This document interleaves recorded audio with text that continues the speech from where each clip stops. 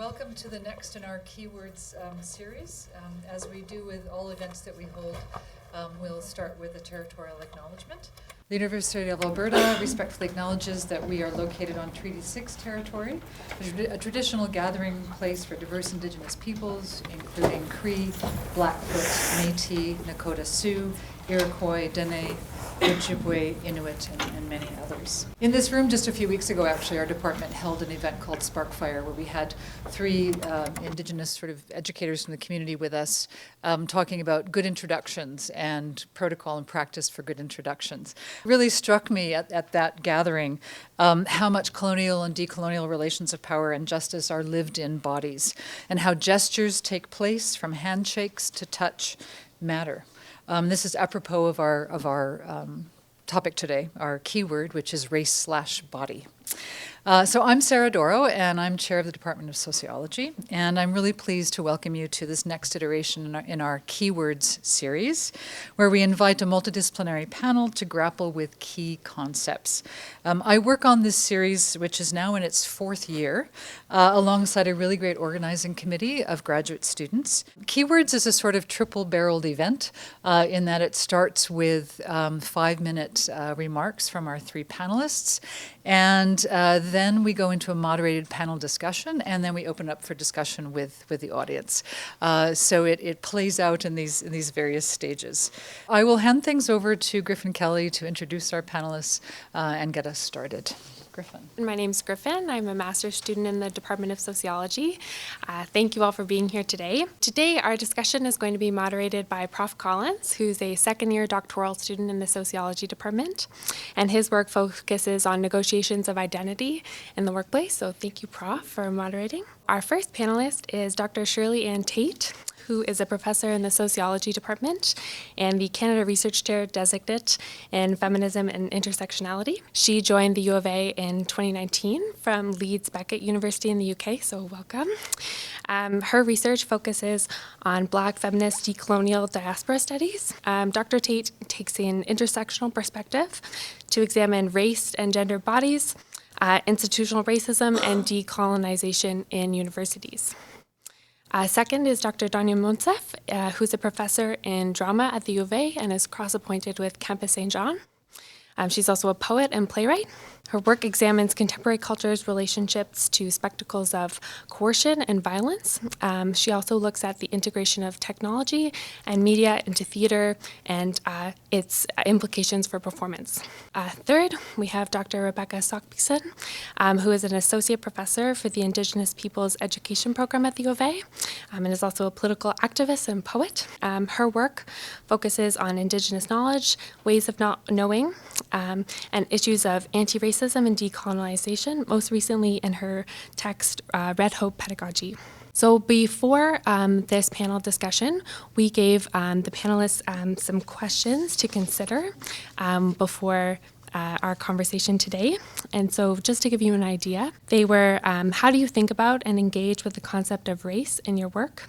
How does this intersect with bodies and embodiment? What are the pitfalls and possibilities of bringing race and body into critical conversation with each other? So we look forward to their remarks, and then we'll have a chance for a Q&A afterwards. Thank you very much. It's always kind of difficult to think about those sorts of questions in a really straightforward way, because for me to think about race is inseparable from thinking about bodies, but maybe that's because of my own positionality as a Black African descent woman in this part of the world. My work that really deals with race, body in combination, or impossible to separate really, looks at two things. One of them is to do with aesthetics. The other is to do with institutional racism, as you said before, the placement of Black people as bodies within institutional structures in which they always are subjugated. In a similar way, aesthetics for me is about looking at things like skin, the actual thing that we stand up in, but seeing it as something that goes beyond organic matter. rather it's something that also has aesthetic value, political value, and it's something that also can be politicized and has been politicized in terms of black liberation philosophies in this part of the world. So for me, race, body, even though it kind of speaks biology, they both speak biology, I would go beyond thinking about them as biological categories. Of course, you would expect me to do that, right? I'm a cultural sociologist, I would. Because for me, it's much more about looking at construction, you know, and it's also about how politics happens with and through the bodies of people, us, really. I'm going to look at the performativity of race, the way, perhaps, or not, the way we look at the performativity of gender. And I'm going to look at transracialism in relation to performance and questions of appropriation. Many scandals have erupted in last year about cultural appropriation, racial appropriation. It was Frantz Fanon who, in the 1950s, critiqued first the negative effects of white European imperialism on perceptions of the black body. He called it epidermalization of blackness, the inscription of meaning onto skin color. Like Harvey Young, in his groundbreaking book, Embodying Blackness, I ask, can there be a performativity and performance of race that challenges racializing projections the way gender is also performative? Harvey Young says, black is always an imprecise projection or designation.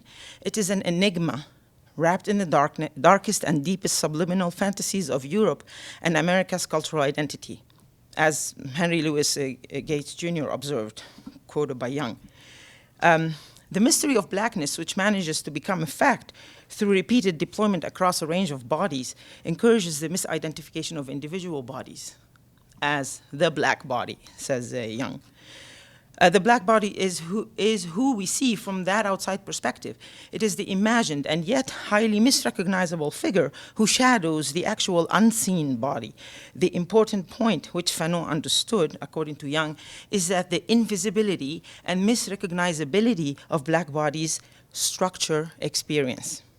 Same way, like I cannot embody the experience of Arab women, even though I'm from that part of the world. I'm not ethnically Arab, and I don't identify with the category Arab women in the way I am embodied. From this structured experience, it is difficult to parse the differences within the imbricated realities of race, culture, gender, and class. For Young, despite the working of intersectionality and the intertwined nature of identity categories, like sociologist Patricia Hill Collins, Young acknowledges that there are moments in which phenomenal blackness assumes a more active role in individuated experience than any of these other identity markers. Hill Collins writes, in some situations, gender, age, social class, and education do not matter, while race maintains its potency as a marker, of course. So to return to the question of performativity of race, can we apply the same analysis to transracialism as that of transgenderism? The biggest case, of course, is that of Rachel Dolezal. You know that everybody heard the story. Dolezal, who was the head of the Spokane chapter of NAACP, identified and lived as a self-proclaimed black woman. In 2015, a controversy erupted when a reporter from the Huffington Post investigated and exposed her origin as not having any black roots or any African ancestry. Her story gained notoriety at the same time as the Caitlyn Jenner, the TV personality and a former Olympian, as a transgender person made it to the cover of Vanity Fair. In 2016, Dolezal legally changed her name to Nkechi Amari Diallo. She claims since then that she's transracial, and one should be able to change one's race, according to her, in the same way one changes one's sex. Since Dolezal in 2017, a white German model, Martina Adam, claimed to have transitioned to become a black woman after undergoing a chemical tanning procedure. In England in 2018, it emerged that an artistic director, Anthony, who calls himself Anthony Taharka Ekundayo Lennon, who's Anthony Lennon originally, has benefited from Arts Council funding dedicated to artists of color. It was revealed that he's not black, and he has no African ancestry either, but he described himself as African born again. Rebecca Tuvel's article in 2017 in defense of transracialism also erupted in a huge controversy in the feminist journal Hypatia. Tuvel was not interested in the details of Dolezal's case and claims that she was interested in its structure. Essentially, Tuvel believes that, quote, since we should accept transgender individuals' decision to change sexes, we should also accept transracial individuals' decision to change races. Of course, one can see the problems with this position. Appropriating race and the term transracial is problematic, because transracial originally referred to the act of adopting a child of one race into an ethnic group that is not its original roots or ethnic group. Unlike gender, which is assigned at birth, race or ethnicity is rooted in ancestry, cultural history, belonging to a community, collective and intergenerational trauma. Appropriating race and picking and choosing what you want to belong to, a la Joseph Boyden, is not the question. The question is who adopts you and who claims you. Picking a racial identity without the burden of discrimination and history of oppression and benefiting from our organizations created to empower and help these communities is problematic, to say the least. But back to the question of performativity. The two major scandals that I just want to remind you of that happened last year, or couple years, is Robert Lepage's series of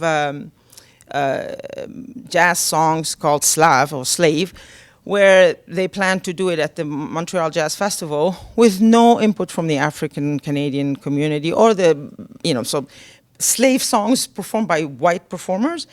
That was shut down pretty quickly. And the other project was Kanata, which he designed with Théâtre du Soleil, Ariane Mnouchkine's director, most famous French director. Also shut down. The production didn't go through in Canada, and they ended up doing it in 2018 in Paris, and they changed it into Kanata, the controversy. And Ariane Mnouchkine claims that she has the right to speak. Theater actors have the right to embody anybody. They can be anything, and they can appropriate any, because theater is based on transformation. So wherever there's power imbalance, there's cultural appropriation. Of course, there's truly offensive appropriation, such as Lepage's Slav and Lepage and Mnouchkine's Kanata. And these two projects kind of came in and then disappeared into kind of oblivion, even though Kanata was produced in France. As theater artists, how do we do theater with an awareness, on the one hand, of the community's concern, and on the other hand, the critique of the argument presented by Mnouchkine that the art of the actor is precisely to become the other, or Lepage's dismissal when he says, when it is forbidden to identify with someone else, theater becomes meaningless. Meaningless for whom? Is there evident an ethics of representability? Is there such a theater that can be at the same time a guarantor of meaning making for disenfranchised communities, a safe and affirmative space for racialized and gendered identities without resorting to silencing, occupying, or appropriating? How do we undo this need and desire to own other people's stories? We need to remember as well that other people's narratives, we also need to remember that as well, when we tell other people's narrative, we are missing or completely ignoring a whole set of histories and concerns. And as we do that, this is happening, say, in Canada, when theater or other cultural manifestations appropriate, say, indigenous narratives. This is going on as women are still going missing and pulled lifeless from lakes and rivers in Winnipeg, for example, and Thunder Bay, or found dismembered in seedy hotels in Edmonton. As the government continues to peddle reconciliation, there was a meme recently I saw of Trudeau. The statement goes, "Reconciliation is my safe word." Let's remember that there will be no reconciliation as long as we do not ask ourselves to think about the relationship between cultural appropriation, white supremacy, and racism, and stop cloaking the debate in this veneer of artistic freedom and free speech. I love sociology. As an undergrad, it was critical feminist, social Marxist, who's a sociologist, that just opened my mind. So it's good to be here. I want to just start off by showing you a couple of images. One is this one right here. The 1755 colonial bounty on the scalps of my people and the live persons of my people is probably marks as the empirical evidence that tells us where scalping comes from. It's not indigenous to peoples of North America. It also, tells us a lot about the first wave of policy against indigenous peoples of North America. I have written quite a bit about this document, done various levels of analysis. When I did my dissertation here, I finalized it in 2011. It marked the first time a Wabanaki person. Wabanaki is where I come from. It's a political confederacy of the Mi'kmaq, Maliseet, Bunawabskeag, which is my tribe. Bunawabskeag is also known, or the anglicized way of saying it is Penobscot, and Passamaquoddy peoples. So those are 4 tribes in the state of Maine, which is the northeastmost state in the United States, as well as the Maritimes. So our peoples never acknowledged the border, the US-Canadian border. So where I come from overlaps into the Maritimes as well. My late father's reserve is literally on the border, St. Andrews, New Brunswick. So these bounties were all along the eastern seaboard, and they account for over 97% population depletion of indigenous peoples in North America. This one happens to specify the tribe, my tribal community. And the significance of this, and there's multiple levels of significance of this document, but in today's discussion, the way I'm taking it up is actually quite local to here in Alberta, and to also make folks aware of the connection to what this has to do with Alberta. What does this bounty have to do with missing and murdered Indigenous women? How is missing and murdered Indigenous women the current bounty on Indigenous peoples and Indigenous women? To also make you aware of a reality in Canmore, Alberta. And it's not an area of research I'm really interested in going into, but I would invite anyone here to take it up. But I want to show this to you. Back in 2000, I worked with other Indigenous women in the state of Maine to eradicate the state place name with the word squaw in it. So we had the state place name of the word squaw throughout the state of Maine. I just finished my undergraduate degree. I was active with other community members. We developed an Indigenous rights organization called IRATE, Indigenous Resistance Against Tribal Extinction. And it was like so awesome. And as students, we had the longest sit-in Maine's history. We took over the president of the university's office, and it was awesome. So there's always room for disobedience. What I want to apprise you of is the reality here in Canmore. So just I want to give you a little bit of context. There's a mountain in Canmore known as Squaw's Tit. And as I was doing research and lobbying for the piece of legislation to eradicate the state place names in Maine with the word squaw, I contacted the Native American Rights Fund, who is a nonprofit organization in the United States that's run by American Indian attorneys. And I was looking for the etymology of the word squaw. Like, where does this come from? Because it's normalized in society that it just, simply, mainstream, a mainstream and a really perverse interpretation of the word is that it just means this female woman, Indian woman, a Native woman, right?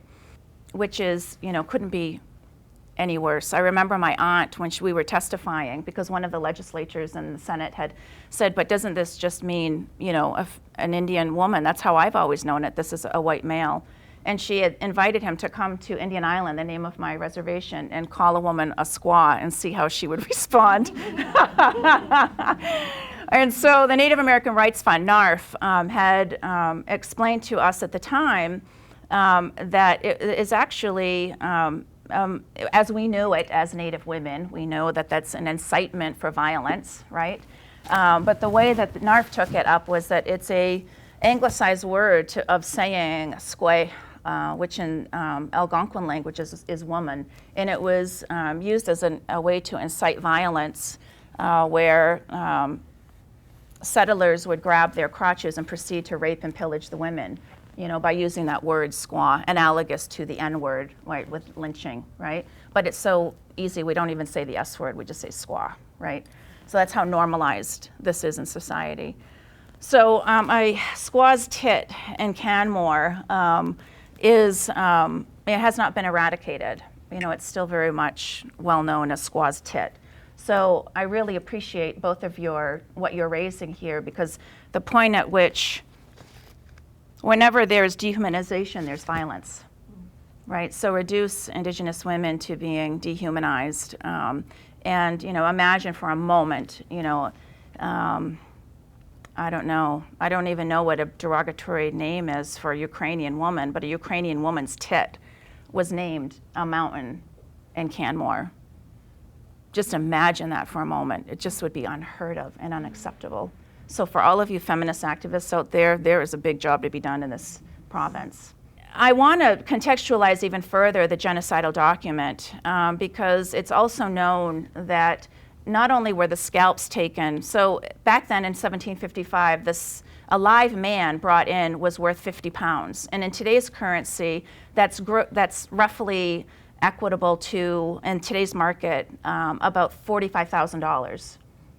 And so in Maine, the settlers, the colonial settlers, soldiers that brought in the live men or the scalp, so the scalp of a native woman, of a Penobscot woman, was half of that, 25 pounds. And then children, 12-year-old, think for a moment, who is 12 years old? What grade are 12-year-olds in?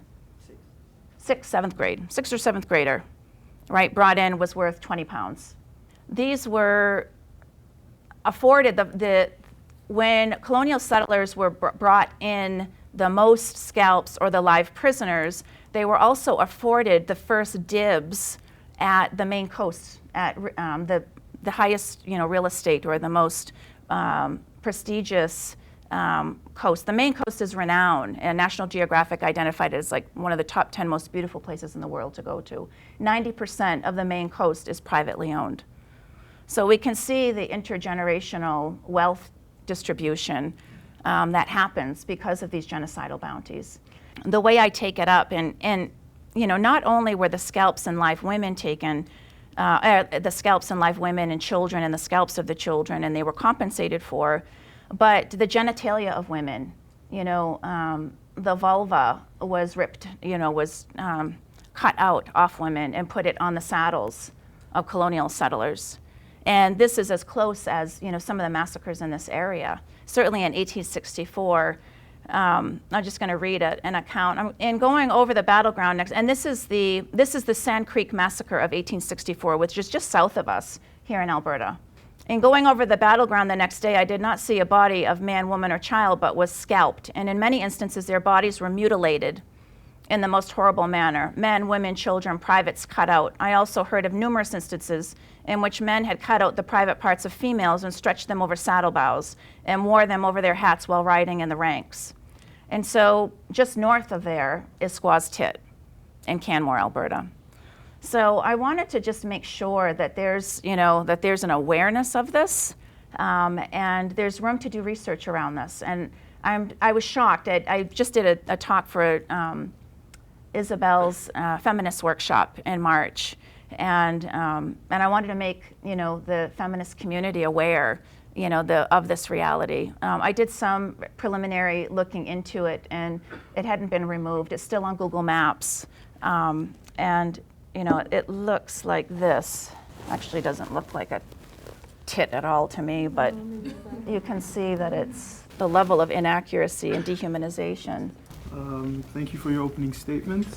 We're now moving into the second phase of our event today, which is the panel discussion. As mentioned by Griffin, my name is Prof. Colin Bifonu, and I'll be moderating this session. I think we'll talk and I'll ask our panel members a few questions for about 30 minutes. My first question really is about racialized bodies at the juncture of justice and oppression. Now, on one hand, the assignment, as you said, right, the assignment of race to bodies is central to categorization and oppression, dehumanization. But on the other hand, embodied experiences of race and racism are, I would say, key to political claims for social justice and inclusion. So I'm just wondering, how has this tension arisen in your work, and how have you attempted to deal with it? I'll give you an example, maybe from my aesthetics work. Maybe that might be more interesting. When Danya was speaking about people who call themselves transracial, it just brought to mind the fact about darker skinned African descent, this privilege that still exists here in this part of in the Western Hemisphere, and that then makes for like a really interesting comparison then between white people who take pills or tan or change their hairstyle or say that they're black in white bodies like Rachel Dolezal, and actual black people like, for example, who knows Naya Kim Gatwich? Anybody know her? Check on your phone. She's just check on your phone. You can do it. She's a Sudanese model. Naya Kim Gatwich, Queen of the Dark, she calls herself, and she puts posts up of herself a lot. And the reason she does that is because she wants people to see, as she says, she did this Queen Vogue interview where she talked about her experiences. So she puts these pictures of herself up for people to see what self-love of black skin looks like. Because she says she's the only person who looks like this in her kind of environment. And it's taken her like years. She said she used to cry when she was in middle school at night because she was perceived as ugly, so therefore she thought of herself as ugly as well. The interesting thing about what she does, I think, is she kind of flips the oppression of being darker skinned. She's a model, I know. But she flips that oppression of being darker skinned, seen as ugly, on its head by asserting self-love, right? Which to me is a very big task, of trying to do something about the aesthetic oppression of white skin iconicity and also lighter skinned iconicity in terms of beauty in this part of the world. She's not the only person who's done that. Lupita Nyong'o, you all know her, of course, very famously said similar things to Naya Kim Gatwich, that she used to cry because she thought she was ugly. Michelle Obama, we know about her, the focus on her arms for the years that she was FLOTUS, and then the very famous ape in heels comment, that one, just as Melania Trump was going to like become FLOTUS. Naya Kim Gatwich's experience in the back of an Uber, for me, are like really instructive. She is a passenger in a taxi, right? So you're just a passenger sitting there minding your own business, probably thinking about what you're going to do next. And the taxi driver said to her, "If I gave you $10,000, would you bleach your skin?" Why would you do that, actually? Right? If it wasn't about her being seen in kind of a dehumanized way. Anyway, so she replied, "Why would I do that? My skin's a blessing." So, we might say her as, well, she's a model and she's benefiting from looking very different because that's what modeling kind of focuses on. But outside of the photo shoot, on the street, she's a dark-skinned black woman who is only that. So that's what she's got to live with. So for these transracial people, there's a lot of other people as well who do racial cosplay, with makeup, right? Like that Swedish woman, who I mean, don't you? Right? Ella or something? I can't remember her name. Yeah. I would really suggest that they think really deeply about what they're doing, as you've suggested, and what that means in terms of the racism that underlies the appropriation, but not just that. People like this, I can't remember the Swedish woman's name, it'll come to me when I've left the room, I'm sure, who do racial cosplay. Like, she puts makeup on, she also tans in order to look kind of like black-white mixed race or something like that. I wouldn't say it's something that's done just because she really maybe fancies looking like that, though probably she does. She also makes money out of that. right? Because she's there, she's a beauty influencer on Instagram, she gets product placement, right? So she's actually taking money away from women who look like her because that's how they were born looking, which is also interesting how kind of racial capitalism works and how women's bodies, black women's bodies, Indian women's bodies, indigenous women's bodies are kind of in that circuit as well. I'm just really shocked by what you've said. I have to say I'm incredibly moved by it. It's awful that anything like that should happen to anybody. The tension between the racialization and the disavowal of that very embodied racialization, it's very prevalent in theater, and it's very obvious in performance, especially when it comes to casting. You know, we talk about cross-casting, male, female, but often when you can't find a black actor to play the role, it's like blind casting today. Today is blind casting, is what we're, but how hard did you try first? Or you can't find an indigenous person, so let's cast a Latina woman to play the role of the indigenous woman, you know? So it's on the level of the presentation and performativity, but can that body embody that experience? That's an important question in theater. That happens a lot here, you know, in our productions, and you ask, we can't find an indigenous woman to play that role, you know? Then I don't know, then in my opinion, that play doesn't go ahead. if it requires an indigenous, if it's a play about and for and written by an indigenous playwright, and is asking for 3 indigenous people and, I don't know, 15 non-indigenous people, then you have to try really hard or don't do that play. As simple as that. That's I'm of that position. But then again, the other side says, well, then we're not doing plays by racialized and for racialized people because we can't find actors, you know. Then you retort and you ask, well, how hard are you training, you know, indigenous actors, you know? Have we admitted how many people of color are in the program, you know? And our theater training programs are, in Canada, are notoriously and scarily white, I'm sorry to say. Because I'm in the Faculty of Education and we have a compulsory course for pre-service teachers now. We were the first Faculty of Education in Alberta, one of the last in the nation actually, but one of the first in Alberta to strike a compulsory course so that pre-service teachers would be required to learn about Aboriginal peoples' histories and contemporary lives.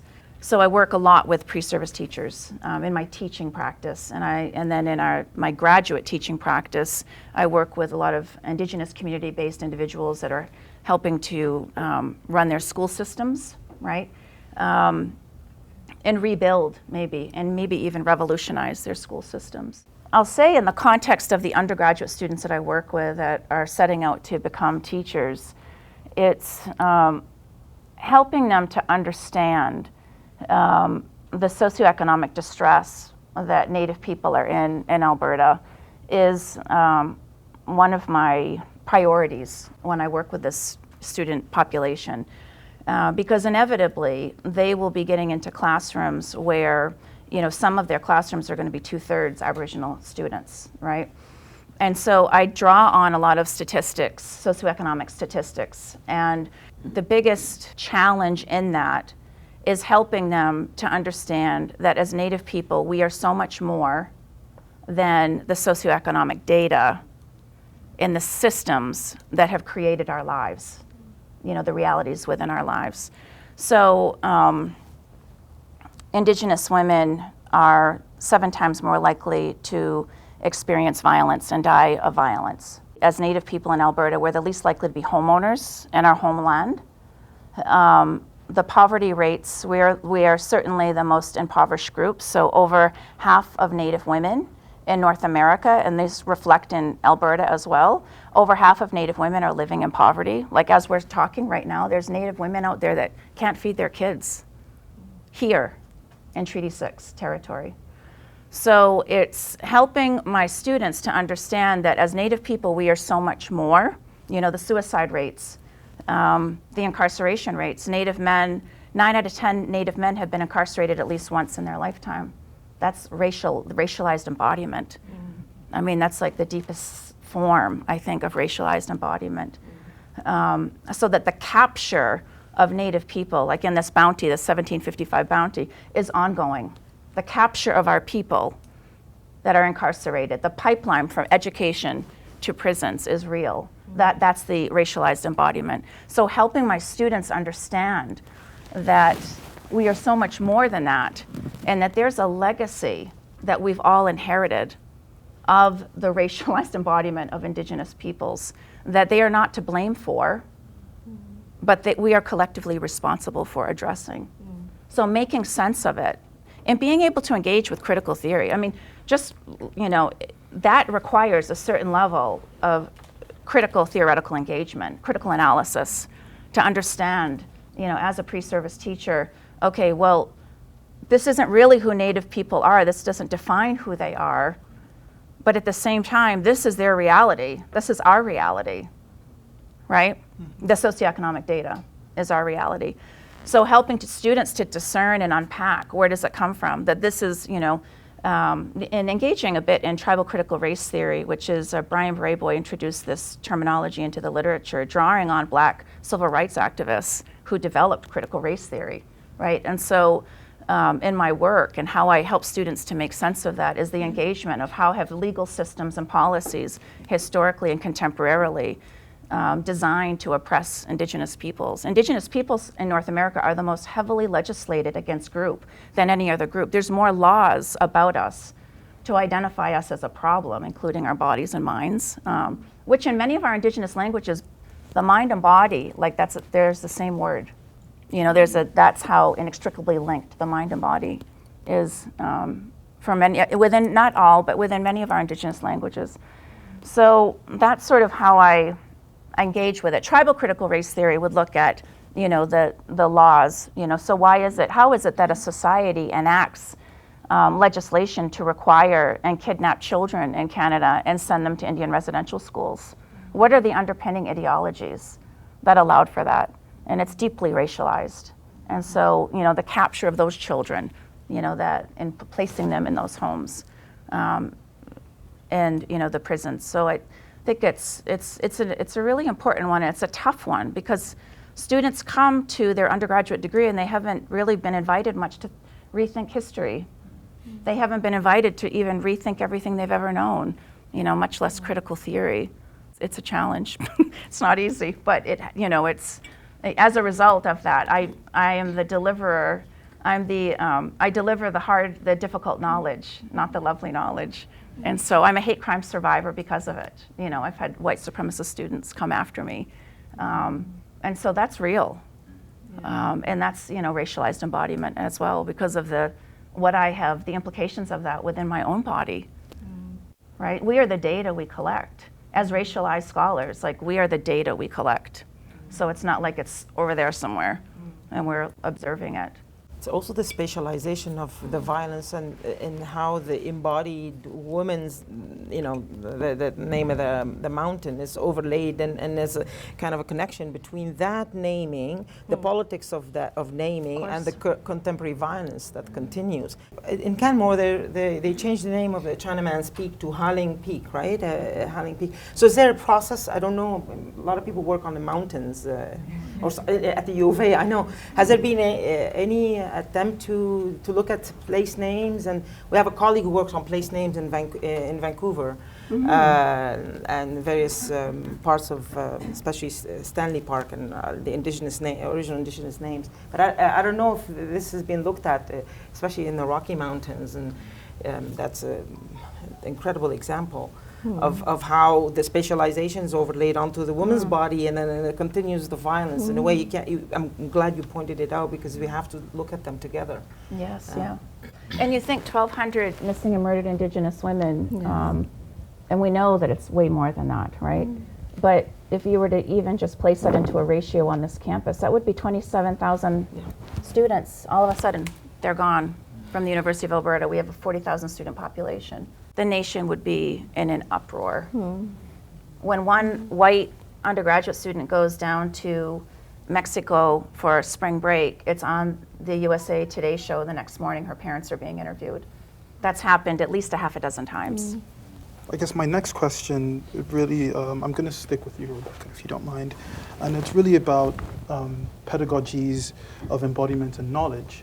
Now, come to Dr. Winter. You said that theater is something of an ephemeral form, and sort of performance keeps it keeps knowledge circulating to the extent that those constructions cannot be so easily placed. And to Rebecca, you're also talking about Red Hope pedagogy, which is a way of maintaining this and bringing to light this indigenous knowledge in the face of erasure of indigenous ways of knowing. So I guess my question is, what is it about bodies and embodiment that gives you hope for their unracialization?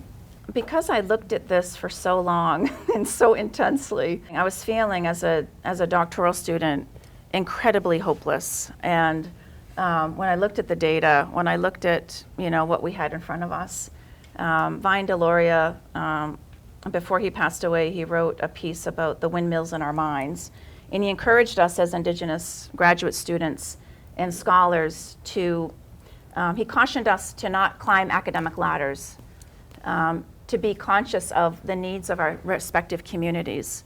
And interestingly enough, I tell my graduate students this too, that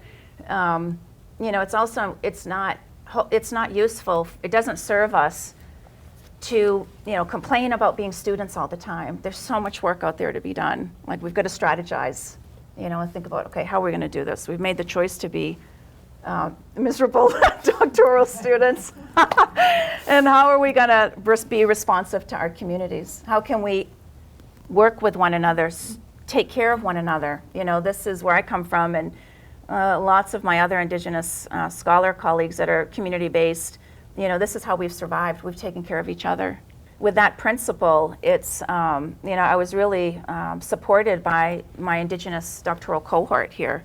And so that's where the Red Hope emanated. So I started thinking about, okay, there are spaces and there are places where the intention to eradicate our ways of knowing and being. So that national policy in Canada, Richard Henry Pratt, Captain Richard Henry Pratt, was a military officer that led in the United States, led and set the policy for Indian residential schools, which Duncan Campbell Scott took on, who was also a military person. This concept of kill the Indian in order to save the man was the educational policy that drove the Indian residential schools in both. It emanated from Carlisle Indian School in Pennsylvania, and then it's what started and what influenced Duncan Campbell Scott to strike the Indian residential school policy, kill the Indian in order to save the man. So epistemologically, that intention to eradicate systematically a people's way of knowing and being is the epistemicide, right? As I think about Red Hope and what I've been engaging with more recently in my work in the latter part of my dissertation is identifying the ways in which epistemicide is not complete. Because it is, like there are, so right now I've got an insight shirt grin, which basically that's what I'm doing. I'm looking at, okay, where is there evidence that epistemicide is not complete? Mm-hmm. And so theoretically, I engage with that in my own work about policymaking and our creation story as Indigenous peoples, our respective creation stories, which oftentimes within education are taken up as myths and legends. Like our creation stories are often reduced to myths and legends. Mm. So the epistemicidal impact of that is very real for our children, particularly if they're going to school off reserve, right, in the provincial schools, which over half of our kids go to school off reserve in Treaty 6 territory in Alberta. Thinking about Red Hope was and how my children have been able to maintain their own belief system within our Indigenous home. My husband too is Indigenous, and that's what connects me to this territory. He's Treaty 6, so my children are Treaty 6 of the Alexis First Nations, which is an hour west. The Alexis First Nations is on Alberta Beach, that Lac Saint Anne area. And so for my children to be able to maintain their belief system amidst these ongoing intentions to eradicate a people's way of knowing and being, therein lies the Red Hope. When the women from my community stand up and rise against the Squaw law, or rise against the state place names, and we were the ones that lobbied for the law, to eradicate the state place names with the word Squaw. The women coming together and taking care of one another and going and testifying with one another is, again, the empirical evidence that epistemicide is not complete, right? And so therein lies the red hope. My son, I was going for a walk with him and our dog at the Terrawilliger Dog Park, which I just love that landscape. And he was telling me about science that he learned, and he was talking about gravity and the forces of nature. And I had asked him, he was talking about the planets, the universe. He was only in probably 4th grade. And I looked down at him and I asked him, well, what is the greatest force ever? Like, what is the greatest force out there? And without hesitation, he just looked at me and he said, love. And so immediately it reminded me, okay, this is another example of where epistemicide is not complete. The red hope that I've been thinking a lot about more recently and wanting to hang my sort of mind around, because like what I was talking about earlier, that's why I'm happy to hand over, like whoever wants to research this, it's a really great, this would contribute to a really important line of inquiry, which I think embodiment of race is, and I want to think about embodiment of red hope. What is that going to look like? Because we know that when we sing and we drum, like neuroscience has told us that when we sing and drum, that it's regenerative to our cells, that singing is physiologically regenerative to everyone, right? So the vibrations that we engage with in our throat that emanate from our mouths, when we dance and we sing, it is regenerative to our cells, literally. Okay, so that is the embodiment of red hope, because we're still singing our songs. Like when you think about that, 97% of original population depletion, that's one of the largest acts of genocide the world's ever known. When you think about 150,000 children that went through Indian residential schools, the rape, the torture, being scientifically experimented on, it's just like, it's unimaginable to think about what Indigenous peoples have survived. So for us to still be singing round dance songs, engaging, and our ceremonies, the Indian Act prohibited us from transferring Indigenous knowledge. We weren't allowed to engage in our own ceremonies. And it wasn't until, that's 1876, the prohibition of the transfer of Indigenous knowledge was federally legislated against for Native people. And that wasn't amended out of the Indian Act until 1952. My mother was born in 1938, right? So that is like, when I say not only kill the Indian in order to save the man, that's epistemicidal. Well, the prohibition of Indigenous knowledge transfers, certainly, it's like so blatantly epistemicidal. Right. So I want to know, like I know that I've felt it and I've experienced it, and I'm also the data that I collect because I sing my traditional songs where I come from. And how often do I get to do that as a scholar? I try to make it often, so I share that with my graduate students, right? And it's regenerative. Because the squaw's tit, the dehumanization, that's not who we are. And it's like, not only is it just deeply offensive, it's such a painful reminder of the violence, the ongoing violence against Native women. And how widely accepted that is in society. I'm going to move on to a question on the commodification of bodies, and particularly the racialized bodies. Now, Shirley, you've written about the racial branding of 2 British athletes. Yeah. And Donya, you've also written about the uproar over the infamous Janet Jackson wardrobe malfunction. So I always think, you think about... The boob article. Yeah. In this consumer capitalist society of ours, there's something to be said for how racialized bodies are branded, packaged, and consumed, right? Not literally, but... and I'm just wondering, what is at play here? Is it, is it that famous white gaze? Is this, what's going on with the commodification of bodies in the way that you write about them in your works. I was thinking about hope earlier, and I was thinking, I mean, I come from the Middle East. The hope is a disease. You know, where I come from. In the recent demonstrations in Beirut, there was a sign that says, "The happiest depressed people you'll ever meet." You know, That's really good. It's so awesome. in terms of pedagogy, I think it's important for us to not only teach the narrative of trauma, the happiest depressive, the most depressed people you'll ever meet, but also the narrative of survival and the narrative of change and the narrative of resistance. And you know, if I were to choose between, if I'm going to teach an indigenous play, which I always do in any theater course that I'll be teaching, there'll be indigenous writing in there for sure. But if I would not choose, for example, Colleen Murphy's play, Big Girl, about missing and murdered indigenous women in Vancouver, the Picton case. I will teach Marie Clement's The Unnatural and Accidental Women. And that's a conscious choice. We need to make those choices and have our students exposed to these stories where, say, Marie Clement's gives the voice to the murdered and missing indigenous women on stage, on display.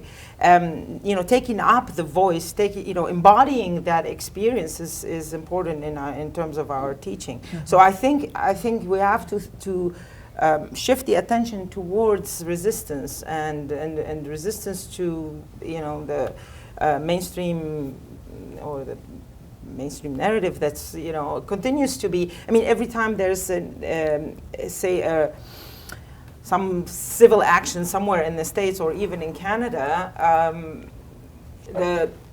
the focus is always on, you know, say in the climate action, recent climate action, you know, you'll have 16 articles about 5,000 people, 10,000 people, 5,262. Why is the focus always on the numbers? And you know, and then we completely lose the message. We completely lose the content. We completely lose the mobilization and resistance. And we focus on, oh well, only 300 people showed up to demonstrate at the legislature. And you know, the entire mainstream media is focused on numbers, but we don't talk about the impact and the mobilization. And you know, and I think we need to draw that attention as educators ourselves in our classrooms to talk about content of resistance, not just the forms and images. So the person whose name I couldn't remember before, but I now have subsequently, is Emma Hallberg.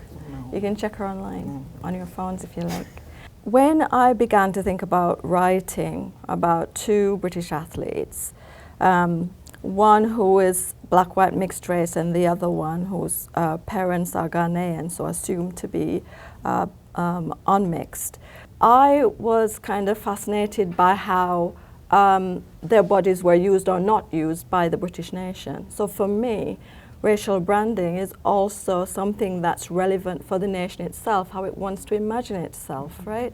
So we have Jessica Ennis-Hill in the UK, who became like the poster girl for the whole of the Olympic Games that were held in London, right?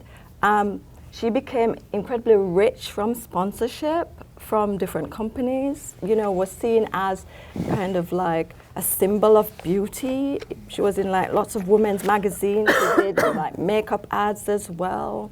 You know, she did fashion shoots and all of this stuff, apart from also being, of course, a champion Olympian as well. Jeanette Quaquier didn't. What she got to be was the face of detergent, right? Which again goes back to the whole, yeah, Beverly, right? You see it, right? Beverly's like, no, right? Yeah. Which goes back to the colonial idea about soap, right? We all know that stuff, like Pierce soap, yeah. This was laundry detergent, right? For me, what that showed was like the persistence of the British hope, national hope of like, we have to create ourselves as moving past multiculturalism, which didn't work, now into being a post-racial society where anybody can be a poster person for the nation. But of course, that poster person, whether child or adult, has got to be light-skinned mixed race. Otherwise, it's not going to work. Right? This person has got to have like translation value into the white population, and the way that that can happen is through straightforward kinship, but also about having an aesthetic ideal, which is also mixed race, which links all the way back, of course, to enslavement, as we know. So racial branding, for me, is about like how the nation wants to position itself now and into the future. And I'll give you an example from Canada, the only example I know. When I went to get my like pre-clearance letter to get a work permit to be here, I went to like a visa office in London, and there was a continual stream video of Canada, and it was about the different parts of Canada with all the different smiling people in Canada. So again, you know, this multicultural, we're all happy together, we're from different parts, and we're all Canadian type of thing. So bodies are used quite a lot, and the bodies that I use most is like bodies of women and children. We're also the most victimized as well, you know, the ones who suffer the most kind of violence. And like when you were speaking, Rebecca, I was thinking about how it is that I can only speak to British colonialism, of course, I've never studied any other, but how it is that British colonialism keeps doing the same things everywhere it goes. Because, you know, the same thing kind of happened in Australia with the residential schools, the kids being taken away from their families, the legislation against Aboriginal people, the thing about the singing and drumming as well. Enslaved people couldn't do that, it was illegal, you know. So it kind of really interests me how the branding of bodies has this incredible link back to those kind of colonial histories.